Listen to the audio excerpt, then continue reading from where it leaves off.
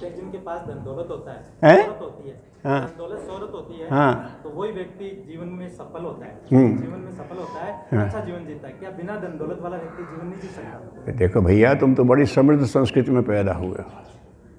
पहले तो ये बताओ, दौलत वालों के पास चले जाओ। ये आज के अकॉर्डिंग जो सोच है उनकी, अरे वो सोच है तो सही बात नहीं पहुंचती तो गलत सोच होती है। अरे भाई, अंधेरा क्या है? Absence of light. गलत मान्यता क्या है? सही मान्यता पहुंची नहीं। उन्हीं से प्रश्न है, जिनको तुम संपन्न मानते हो उनसे चले जाओ और जरा इंस्पेक्शन करो, उन्हीं में ज़्यादा रोगी मिलेंगे आपको।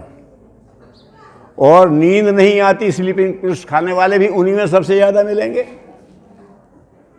क्यों सर? हमारा तो गरीब किसान दिन भर मेहनत करता है और फिर पत्थर पे सो जाता है तो ऐसे सोता है जैसे फूलों की सेज पे सो रहा हो। तो भाग्यवान ये कि वो जिसको कम वक्त को डनलप पे नींद नहीं आती, वो अभागा है, वो अभागा है। भाग्य। और जो जहाँ सो जाता है वहाँ अप्सराएं आकर के फूल बिछा जाती हैं, वो भाग्यवान है श्रम के नाते। तो ये एक मान्यता है। अच्छा, अब ये बताओ, पैसे वालों के ही व्यसन ज़्यादा होते हैं। उनसे कहो पैसे से की ताकत से व्यसन छोड़ दो, छोड़ पाएगा क्या? पैसे वालों के बच्चे बिगड़ते ज़्यादा हैं। पैसे की ताकत से बच्चों को बिगड़ने से रोक लो, नहीं कर सकते। सब कुछ कर सकते, पूछो क्या कर सकते? या तुम स्वस्थ रह नहीं सकते, चैन से सो सकते नहीं, अपनी संतान को संभाल सकते नहीं। ऐसा ढाला किस काम का धन? बड़ा आता है तो रखो, लेकिन उसको अनुशासन में रखो। हमारी जितनी ज़रूरत है वो उतना ही धन, और बाकी और धन है ना भाई।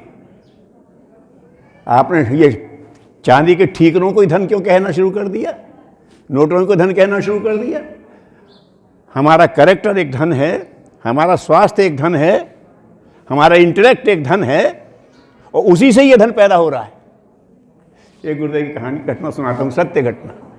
मथुरा में सुख संचारक कंपनी करके एक आयुर्वेद की बहुत बड़ी संस्था थी। उस समय वो लाखों में टैक्स देते थे, जब पैसे की कीमत बहुत होती थी और टैक्स बहुत कम होता था। और उनके जो वो थे, तो गुरुदेव को वो पंडित जी कहते, वो उनको गुरुदेव पंडित जी कहते थे। कभी कभी चले जाते थे उनके यहाँ। गए तो गाय भी पाले हुए थे, तो एक लड़का आया, हट्टा कट्टा, गोरा चट्टा, और वो घास का गट्ठर उसने डाला और चवन्नी ली और चला गया। वो वैद्य थे, सुख संचारक कंपनी के मालिक। उनने कहा, ये बताओ, गुरुदेव ने अपना एक प्रश्न किया जान के। बोले, इस लड़के का जैसा स्वास्थ्य है, ऐसा स्वास्थ्य अगर आप किसी को दे पाएं तो वो आपको कितने पैसे दे देगा? तो बोले, भाई उस पर है, ये तो लोग लाखों भी दे सकते हैं। तो मतलब इसके स्वास्थ्य की इतनी कीमत है, उसको बेचारे को पता नहीं है, जबकि उसके पास है। ये संपत्ति है उसके पास, उसे पता नहीं कि मेरे पास इतनी बड़ी संपत्ति है जिसको लोग लाखों दे सकते। और अभी मैं तो कहते नहीं, एक हाथ की कीमत, एक पैर की कीमत, तो गुर्दे की कीमत, तो किडनी की कीमत।